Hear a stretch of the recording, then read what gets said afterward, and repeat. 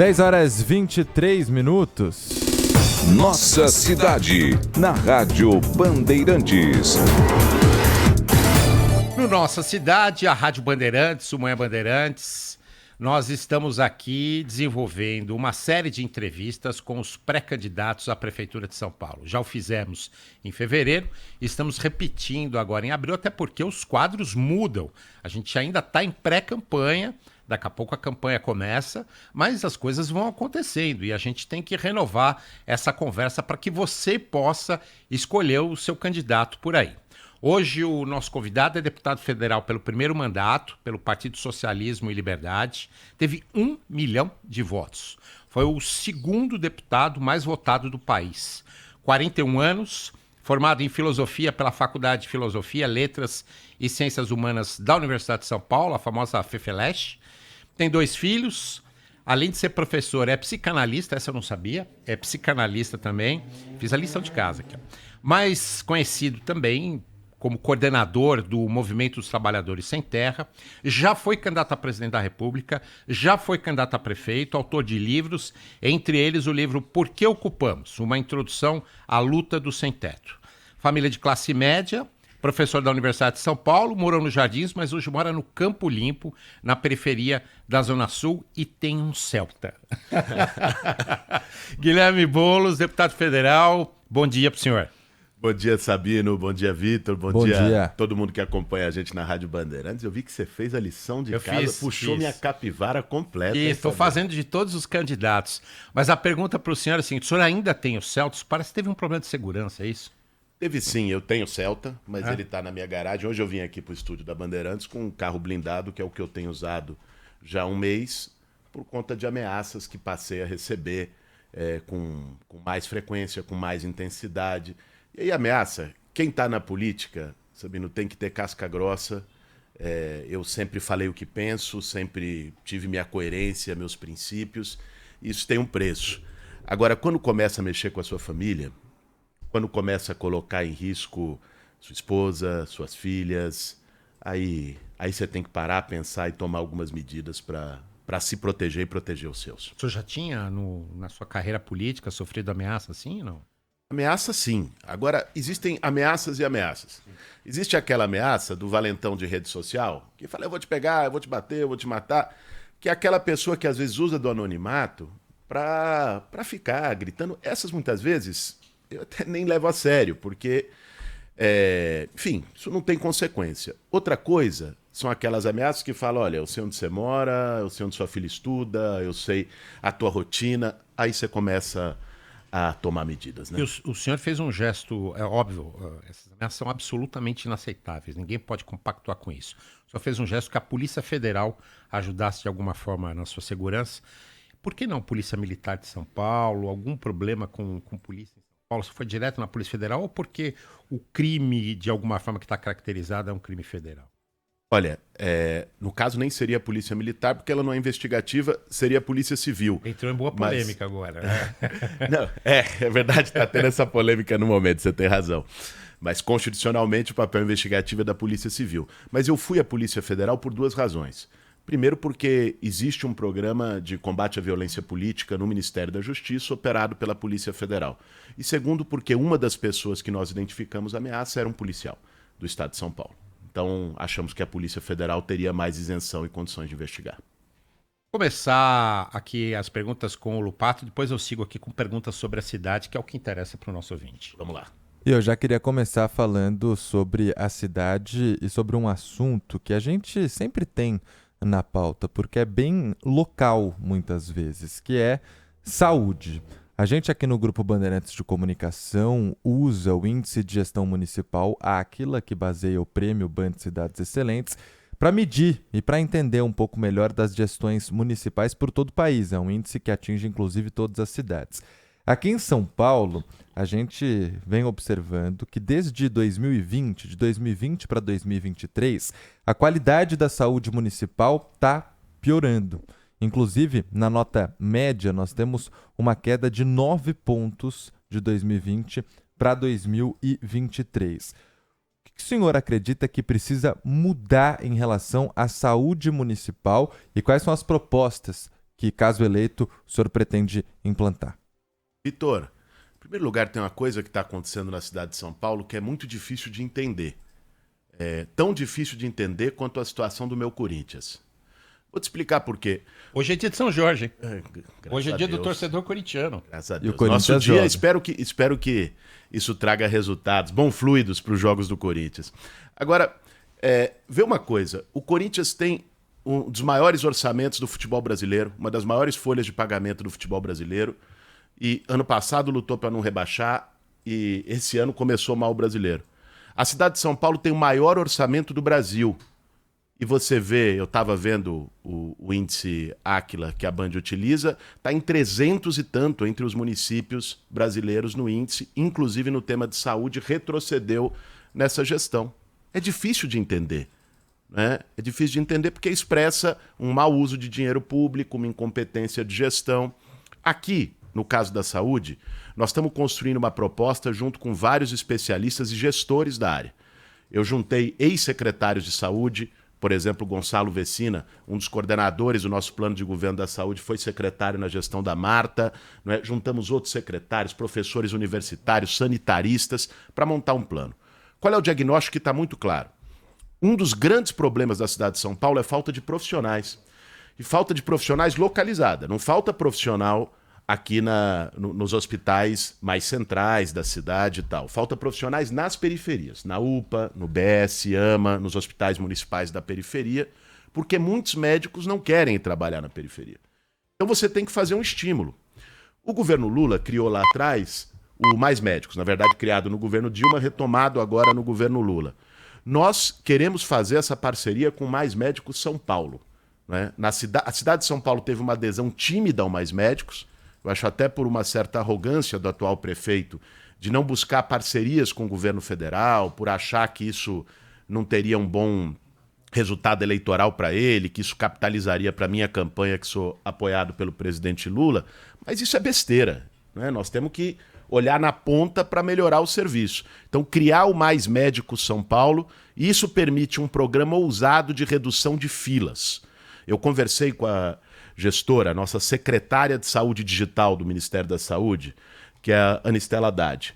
Ela está desenvolvendo um plano nacional para que a gente possa usar a telemedicina de uma maneira mais eficiente, poder também integrar aplicativos de marcação de consulta para reduzir fila.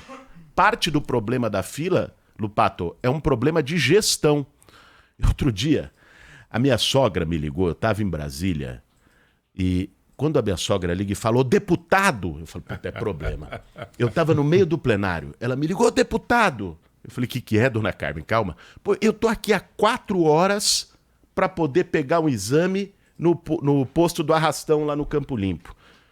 Pô, eu fiquei pensando, 4 horas para pegar a devolutiva de um exame? Esse exame podia chegar por aplicativo, agendamento de consulta podia ser feita por aplicativo, várias cidades do mundo já fazem isso.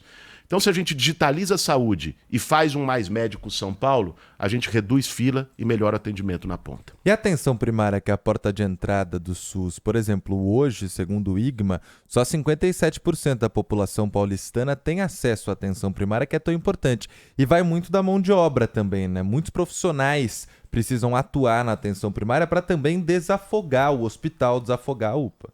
Com certeza. Olha, tratar de saúde não é tratar apenas da doença. Às vezes tem gestor que pensa saúde só quando a pessoa está doente na porta do hospital. Tratar de saúde tem que ser tratar da prevenção. Desde saneamento básico, que evita doenças, moradia digna, que garante melhores condições para as pessoas, alimentação saudável, que previne doenças. Mas atenção primária é chave. Né? Isso significa aumentar as equipes de saúde da família. Qual que é o papel da equipe de saúde da família? Ela vai mapear o problema fazendo uma busca ativa antes dele acontecer. Nós temos um programa extraordinário aqui em São Paulo já há alguns anos, que é o PAI, Programa de Atendimento ao Idoso. Vocês sabem que a população de São Paulo está envelhecendo. A população do Brasil está envelhecendo. A pirâmide etária do nosso país está mudando porque aumenta a expectativa de vida, diminui a natalidade, ou seja, o pessoal está vivendo mais. O PAI, Programa de Atendimento aos Idosos, é uma equipe de saúde da família multiprofissional que vai visitar, mapeia, através do cadastro único e do cadastro das UBSs, os idosos na casa, vai medir pressão, vai fazer exame preventivo, para poder você se antecipar à doença. Essa é a atenção primária que os sanitaristas que criaram o SUS lá nos anos 80, né, meu pai e minha mãe trabalham no SUS há 40 anos, né, eu ouço isso desde criança, isso faz parte do meu convívio, pensavam desse jeito. Hoje, lamentavelmente, o pai tem pouquíssimas equipes nas UBS. A gente levar essa equipe do Programa de Atendimento de Assistência aos Idosos para todas as UBSs da cidade, ampliar as equipes de saúde da família em todas as regiões, com médicos, multiprofissionais, inclusive com atendimento psi, porque o problema da saúde mental hoje é gravíssimo. Entre os jovens, inclusive, o que você tem de aumento de depressão, de suicídio, integrar isso com a rede dos CAPs, esse é o caminho que eu acredito, melhorando a gestão, fazendo isso com inteligência e contratando os profissionais devidos. Deputado, a gente acompanha críticas ao governo Lula por causa da questão fiscal. O governo Lula é cobrado por uma reforma administrativa e essa reforma administrativa não aconteceu. De alguma forma, alguns impostos pesam mais hoje no bolso do contribuinte, mas os custos não foram reduzidos. O senhor promete um governo diferente aqui em São Paulo? O senhor promete um governo de rigor fiscal ou não? Olha, primeiro nós temos que começar vendo qual é a situação fiscal da cidade de São Paulo. É importante a gente recuperar isso, viu, Sabino? São Paulo tinha um problema crônico de dívida com a União. E essa dívida, desde o governo do Maluf, pré-14, essa dívida só se arrastava. O que o governo do Haddad fez quando foi prefeito aqui? Conseguiu reduzir a dívida de São Paulo com a União de 79 bilhões de reais para 32. Quase 3 vezes menos. Reduziu essa dívida drasticamente a partir de uma renegociação com a União. Isso deu capacidade de investimento maior para São Paulo, o aumento do ISS nos últimos anos, que tem sido crescente desde 2015. Mas desculpe interromper o senhor. Ampliou. Isso aconteceu também aqui no governo Ricardo Nunes, que renegociou a questão do Santos Dumont. Não, o Campo de Marte. Campo de Marte, perdão. Que renegociou o Campo de Marte e assim, Claro. de alguma forma, conseguiu mais dinheiro para investimento também, não? Não, na verdade, o que o Ricardo Nunes fez foi, com o Bolsonaro, trocar o terreno do Campo de Marte pelo remanescente da dívida. O Haddad reduziu a dívida sem entregar nenhum patrimônio da cidade de São Paulo. O Ricardo Nunes fez uma negociação, trocou o Campo de Marte com o Bolsonaro pela dívida e entregou o Campo de Marte para a União. É uma outra coisa. Mas o fato é que você deu uma estabilização fiscal para a cidade de São Paulo. Hoje o orçamento da cidade de São Paulo está em 112 bilhões, é quase igual ao do estado de Minas Gerais, né? O maior orçamento municipal da União e maior que a maioria dos estados brasileiros. Então, a situação fiscal de São Paulo é confortável. Mesmo assim, no ano passado, o atual prefeito, e acho importante quando ele vier aqui perguntar isso para ele, conseguiu fazer déficit fiscal. Déficit fiscal de 6 bilhões. Sabe por quê? Porque ele ficou 3 anos, e é importante a gente lembrar isso, ele está 3 anos no cargo, porque às vezes as pessoas acham que ele entrou agora. Porque ele ficou sumido, trabalhando de home office o tempo todo, foi chegar perto da eleição. Ficou trabalhando de home office? Eu acredito que sim, porque ninguém via ele, nem sabia o nome, não via ele em lugar nenhum da cidade, nada acontecendo. Agora, quando chegou na véspera da eleição, começou a jogar obra para tudo quanto é canto, sem planejamento, gastar o dinheiro da prefeitura de forma descriteriosa, muitas vezes suspeita, como nós vimos nesse caso das empresas de ônibus e das obras sem licitação, e isso gerou um rombo fiscal na cidade de São Paulo, mesmo com uma pujança de arrecadação e estabilização da dívida. Isso eu não vou fazer. Você pode ficar tranquilo que este rombo fiscal que ele produziu por falta de planejamento e por gasto eleitoreiro, na minha gestão não vai ter. O senhor falou de ônibus, né? Esse é um bom assunto para a gente tratar aqui. O Ministério Público e a polícia estão investigando a questão de uma suposta ligação do PCC com as empresas de ônibus. A licitação original aconteceu em 2019, mas antes disso já havia acontecido uma licitação na gestão Haddad com o secretário Gilmar Tato, né, à frente da pasta. Obviamente, nenhuma indicação de que tanto o secretário Gilmar Tato ou qualquer outro político tenha se envolvido, é bom que isso fique claro na minha pergunta, tenha se envolvido com qualquer problema nessa licitação. Mas como é que o senhor vai resolver o problema dos ônibus? O senhor renova contrato de ônibus, eu aproveito até para perguntar também. Está se renovando agora o contrato de lixo na cidade de São Paulo. São duas das maiores licitações do mundo pelo volume de dinheiro envolvido. O senhor renova a licitação dos ônibus? O senhor renovaria a licitação do lixo esse ano? Ou o senhor faria um outro modelo? Me preocupa muitíssimo. Eu acho que deve preocupar todo paulistano a associação de contratos públicos com crime organizado. Isso é grave. Isso é grave, isso precisa ser investigado pelo Ministério Público como está sendo.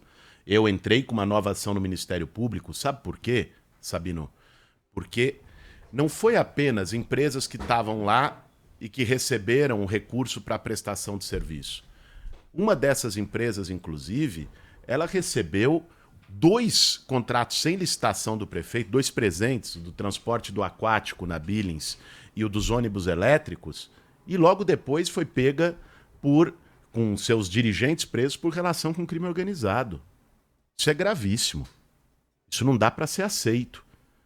Sabe, parece que começa a entrar uma coisa de São Paulo virar um Rio de Janeiro, né? Onde a milícia tomou conta dos negócios públicos. Isso é muito preocupante e nós temos que ter atenção.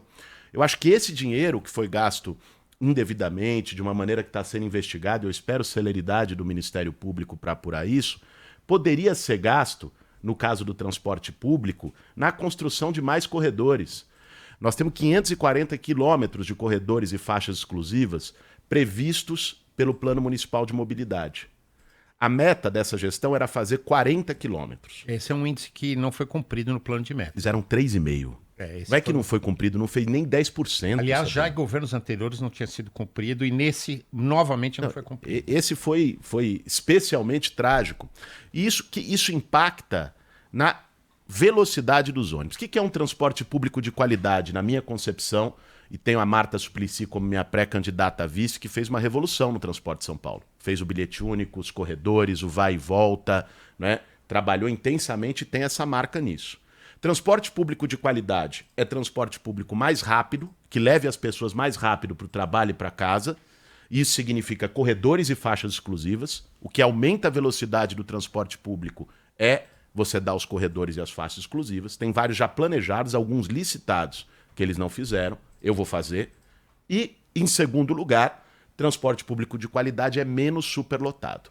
Aí nós temos um problema. Eu quero falar para você e para toda a audiência da Rádio Bandeirantes. Na licitação que foi feita, essa que você mencionou pelo secretário Gilmar Tato, você teve uma mudança do critério de subsídio para as empresas. Eu não sei se todo mundo que está acompanhando a gente sabe, além das passagens que o povo paga diariamente, as empresas ainda recebem um valor da prefeitura para completar o custo do sistema, chama subsídio. Esse ano passado foi 5 bilhões e 300 milhões de reais que a prefeitura deu para as empresas de subsídio. Esse subsídio, ele no contrato anterior, estava previsto pagar pelo número de passageiros. Então, quanto mais passageiros você carregasse, mais a empresa receberia dinheiro.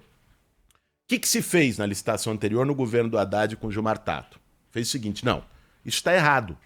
Ela tem que ter esse subsídio pago pelo número de ônibus que ela bota na rua e número de viagens que ela faz, porque esse é o custo real da empresa. E fez isso na licitação. Mas, deputado, aí roda ônibus vazio. Não, o problema é justamente o contrário. Vou te dar um exemplo. Se você faz por número de passageiros, o resultado é o seguinte. Aquela linha que devia passar de 15 em 15 minutos, Campo Limpo, Estação da Luz, de 15 em 15 minutos, o cara da empresa fala, não, eu vou botar de meia em meia hora, vou ganhar a mesma coisa, porque o passageiro não tem outra alternativa, as pessoas ficam esperando mais tempo no ponto, vão igual sardinha lotada no ônibus, e o cara vai ganhar mais porque ele vai economizar uma viagem, é um cobrador e um motorista a menos, tanque a menos. Eu perdi seu raciocínio, entendi. Se ele botar mais ônibus é pior para a população, eu não entendi. Não, se ele botar mais ônibus é melhor. Só que ele é remunerado não pelos ônibus que ele bota, e esse é que é o problema. Ele é remunerado pela quantidade de passageiros, então estimula ele a superlotar um ônibus com mais passageiro e menos ônibus. Isso foi mudado no contrato de licitação feito no governo Haddad. Falou, não, agora nós vamos fazer uma central de monitoramento, como eu fui lá visitar e vi em Xangai, em tempo real, com todos os ônibus com GPS monitorados, para você monitorar as viagens que são feitas, e a empresa vai ser remunerada pelas viagens feitas. Mas isso nos horários de pico. Nos horários normais, fica o ônibus circulando vazio. Né? Não, só se você não adequar a frota. É lógico que horário de pico você vai botar mais frota do que nos horários normais. No contrato não tem só a forma de remuneração. Tem a frota que você bota no pico, no dia de semana não pico, no sábado, no domingo e madrugada, que são sistemas diferentes, que a SP Trans já faz essa diferenciação. A questão toda é a seguinte: o sistema que tinha beneficiava a empresa de ônibus que superlotasse. E a população sofre com isso. Fez a licitação e mudou. Aí chegou no governo do Dória, passando para o Bruno, as empresas falaram, não, a gente precisa se adaptar. Vamos criar uma fase de transição mantendo as regras do contrato anterior. E essa fase de transição está durando 6 anos. E ainda hoje não se cumpre o contrato da licitação e as empresas recebem por número de passageiros. Comigo isso vai acabar. As empresas vão receber, vão ter que cumprir, 15 em 15 minutos? Vai ser de 15 em 15, não de meia em meia hora. E vão receber o subsídio pelo custo real delas, pelos ônibus que estão na rua. Sabe por quê? Vou dizer para vocês. Nos últimos anos diminuiu, de 2019 a 2023, diminuiu em 16% o número de frota em São Paulo. Em 20% o número de viagens. São dados oficiais. Ou seja, e as pessoas vão superlotadas no ônibus. Isso não faz o menor sentido. É aí que eu vou mexer. Eu vou mexer nesse vespeiro. Agora, deputado, quando a gente está falando em ônibus, e a gente tem muitos outros assuntos ainda, nem tanto tempo, então rapidinho aqui colocar para o senhor, há uma questão de que o senhor sempre foi um grande defensor da tarifa zero, que hoje acontece aos domingos aqui na capital paulista. Ontem nós conversamos com a pré-candidata do PSB, Tabata Amaral, e ela disse que a tarifa zero ampliada em São Paulo seria uma demagogia, que custaria mais de 10 bilhões de reais e seria impossível encaixar isso nas contas do município. Além disso, hoje nós temos o ônibus custando R$ 4,40 e o metrô SPTM custando R$ 5,00, sendo que os especialistas apontam que o ideal é que os dois custassem a mesma coisa. O senhor pretende, se eleito, reajustar esse valor do ônibus que está congelado desde janeiro de 2020 e, se pretende ampliar a tarifa zero na realidade atual da cidade, como? É possível manter um ônibus sem reajuste e o senhor vai ter que aumentar subsídio ou não vai ter jeito? Porque os 4,40 é um valor defasado, né? O subsídio está muito alto por isso. Ou o senhor vai ter que aumentar a tarifa? Vamos lá. Se a gente passar limpo os contratos de transporte na cidade de São Paulo, e as coisas estão começando a aparecer, olha, o custo real do sistema, medido em viagens feitas e não apenas em número de passageiros, eu acredito que é menor. E que nós vamos ter todas as condições de sentar com os operadores do sistema para poder chegar a uma equação que seja melhor para a população na ponta. Isso tem que ser feito com transparência, com debate público e passando a limpo. Eu não vou reajustar a tarifa, certo? Não vou reajustar a tarifa. Não vou reajustar a tarifa. Acho que é um erro você penalizar, sobretudo a população mais pobre, que é quem usa com mais recorrência o ônibus. Uma coisa era quando todos os trabalhadores eram registrados e você tinha o vale transporte da empresa. Esse custo era dividido. Outra coisa é com o nível de informalidade no mercado de trabalho que a gente tem, em que boa parte dos trabalhadores não tem o vale transporte, então a passagem sai do ônibus dele, do bolso dele. Isso significa necessariamente mais subsídio ou não? Não necessariamente, é o que eu disse, esses contratos têm que ser passados a limpo. Tem que ser passados a limpo. Nós estamos vendo já os problemas começando a aparecer. Sobre tarifa zero, reduzir a tarifa? Eu acho que isso depende de estudos, naturalmente. Agora, não seria responsável da minha parte dizer, ok, vou reduzir a tarifa. Nós precisamos estudar, ver quando se cabe no orçamento e ter as condições de viabilizar. Sobre tarifa zero, né? A tarifa zero, ela tem que acontecer com planejamento e não pode ser tarifa zero ou ônibus zero, que é o que está acontecendo no domingo. Né? Você botou tarifa zero, as empresas, teve até uma reportagem que saiu na Folha de São Paulo, vocês devem ter visto semana passada, as empresas estão recebendo mais por menos frota, né? E as pessoas esperam 30, 40 minutos no ponto para pegar um ônibus. Tarifa zero tem que ser garantindo uma frequência decente dos ônibus. Esse é um ponto-chave. né?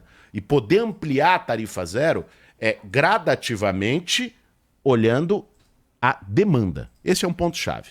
Se hoje a cidade de São Paulo falasse, ó, tarifa zero para todo mundo a partir de amanhã, o sistema entrava em colapso. Porque você tem 4, 5 milhões de passageiros por dia do metrô que iam migrar para o ônibus, você ia gerar uma superlotação, nem aumento de frota ia dar conta disso. Isso não resolve. Você tem que fazer aos poucos. Começar aos fins de semana, fazer processo pelas madrugadas. Você vai testando a demanda do sistema para poder ver a viabilidade de uma tarifa zero mais ampla. Agora, o que é essencial para mim? Tarifa zero é importante, permite que as pessoas, sobretudo nos fins de semana, saiam mais de casa, vão com seus filhos para o parque e tudo mais, mas tem que ser com serviço de qualidade, não com ônibus zero. Falar de segurança, um assunto muito caro à população, segundo as pesquisas, o assunto que mais preocupa hoje a população. E não é só um assunto do governo do estado, é um assunto também da prefeitura, claro, de alguma forma, porque nós temos a Guarda Civil aí, que originalmente até tinha outra proposta, que era cuidar dos bens públicos, mas que acabou tendo que ajudar a questão da segurança no dia a dia.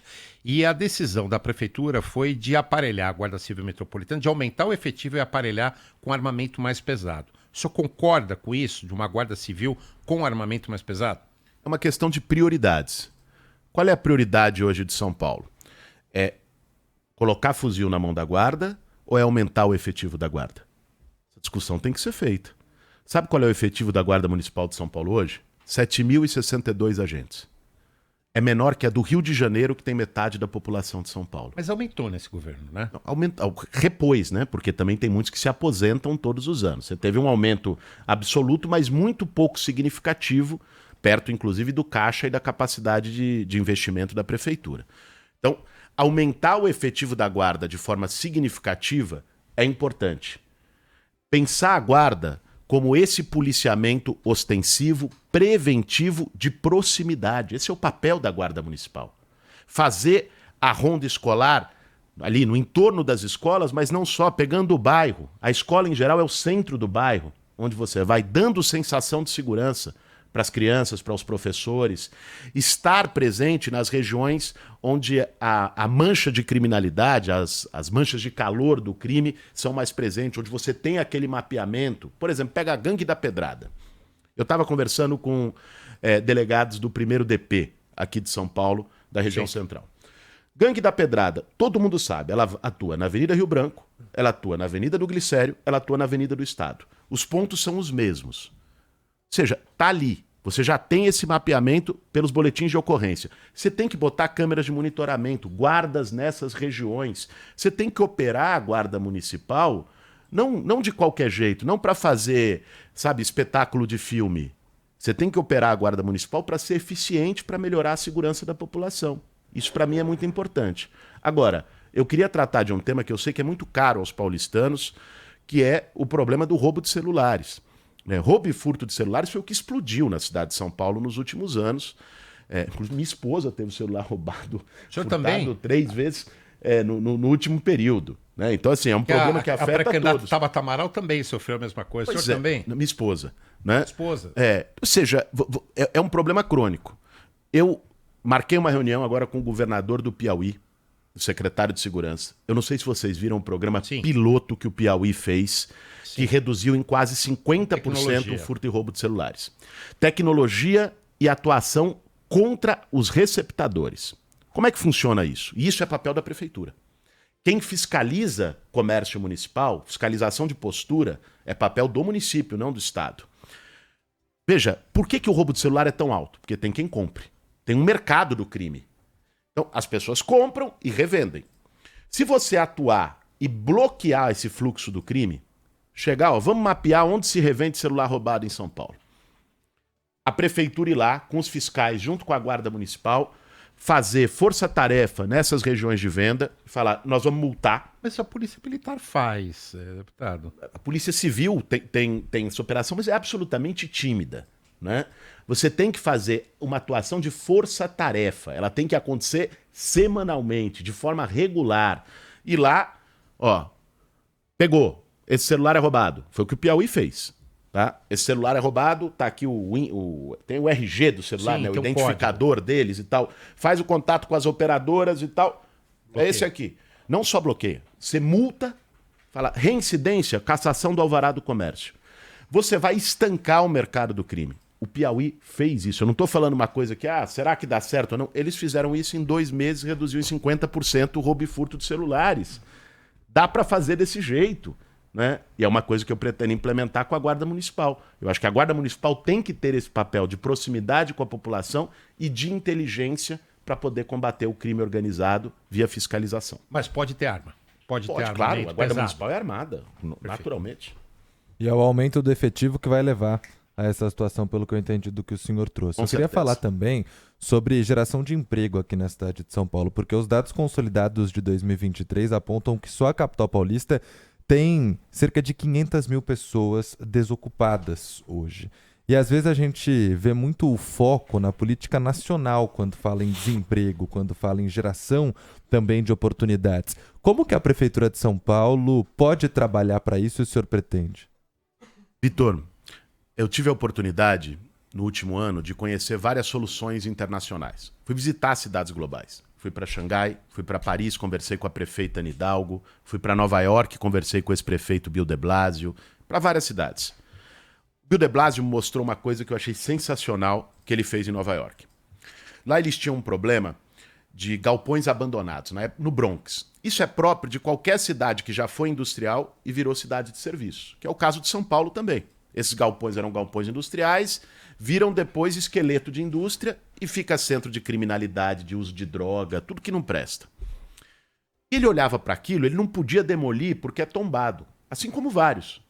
Né? Esse tombamento é um problema, o senhor enfrentar também, né? Veja, o tombamento tem casos que se justificam e tem que se manter, você tem que preservar o patrimônio histórico e a memória histórica da cidade, tem casos que você tem que avaliar. Agora, o que ele fez, mesmo com tombamento? Ele adaptou a arquitetura original e reconstruiu esses galpões. E fez centros de oportunidades. Então, fez uma cidade startup para jovens gamers, designers, produtores. Fez um centro de formação de TI para jovens. No mundo inteiro está faltando profissionais de tecnologia de informação. Aqui em São Paulo também. Tem empresas paulistanas que estão importando profissionais da Argentina. Enquanto nós temos um monte de jovem desempregado sem alternativa na periferia. Quando ele me levou para mostrar isso, eu pensei na Moca, pensei no Brás, pensei no Pari. O entorno do Mercadão tem esse projeto, né? Pois é, mas não foi tirado do papel. Nós temos que fazer os projetos saírem do papel. CEAGESP tem bastante ali também. Tinha, no entorno do CEAGESP, Vila Leopoldina. Ali na Vila Leopoldina, você criou, na verdade, uma requalificação desses galpões feitos pelo próprio setor privado para produtoras. Ali virou um centro de produtoras de filme e tal, naquela região. Agora, você pensar um projeto para esses espaços, para esses equipamentos da cidade, de formação e qualificação dos jovens, para incluir, e aí você avalia, dá para fazer parceria com o Senai, dá para fazer parceria com o SESI, economia criativa, que é um ramo fundamental, que está ligado, inclusive, à requalificação do centro da cidade.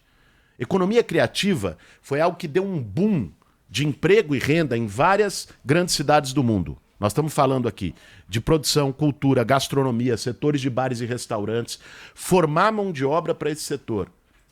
Cara, dá para fazer coisas incríveis. Que você invista no turismo e na geração de emprego na cidade. A gente está caminhando para o encerramento do nosso tempo aqui com o senhor. É óbvio que teria, como temos com todos os pré-candidatos, muita coisa para falar ainda. Mas eu queria perguntar sobre um tema que é caro para a sua posição política e ideológica, que é a questão da diversidade e das cotas. No seu secretariado, o senhor garante cotas? O senhor vai trabalhar com meritocracia? O senhor vai trabalhar com cotas? Como é que o senhor vai definir quantos homens, quantos homossexuais, como é que o senhor vai definir isso terão? Uma coisa não é contrária à outra. Né? Você garantir representatividade no secretariado não significa ser contra a meritocracia. Senão você partiria do ponto que mulheres não têm mérito, que pessoas negras não têm mérito, e elas têm. Né? Então, o que eu quero é ter um secretariado diverso. Eu, com a Marta Suplicy, no dia 8 de março, Dia Internacional da Mulher, já nos comprometemos a paridade de gênero, pela primeira vez na história da cidade de São Paulo, ter metade do secretariado composto por mulheres. Eu acredito que tem muitas mulheres. Não terei dificuldade de encontrar mulheres com mérito, capacidade técnica para poder ocupar esses postos. E é isso que eu quero saber. Sabe o que me preocupa? O que me preocupa muitíssimo é quando se joga um discurso de intolerância e de preconceito para tentar criar factoide na eleição municipal. Você sabe, uma das preocupações que eu tenho nessa eleição de São Paulo, além de todos esses temas que nós estamos discutindo, sobre o futuro da cidade, sobre a gestão, sobre tornar a nossa cidade mais eficiente, mais inovadora, mais humana, enfrentar os grandes problemas estruturais de São Paulo, é o risco de colocar o Bolsonaro na cadeira da prefeitura. Alguém que sempre se pautou pela intolerância, por um discurso violento, de ódio, alguém que na pandemia debochou da dor das pessoas e que agora colou no atual prefeito. E eu fico pensando, o apoio dele para o atual prefeito não é uma coisa protocolar só. Eu fico pensando, bota o Ricardo Nunes e o Bolsonaro numa mesa. Quem que você acha que vai mandar? Quem que você acha que vai falar mais alto? Os perfis já falam por si. Então, ter na cidade de São Paulo alguém como o Bolsonaro no comando, o Bruno Covas era meu adversário. Fui com ele para o segundo turno na última eleição. Mas o Bruno Covas criticou o Bolsonaro. Eu fico imaginando se ele fosse aliado do Bolsonaro, como é que teria sido a vacinação na cidade de São Paulo na pandemia. Essas alianças têm um custo para a cidade.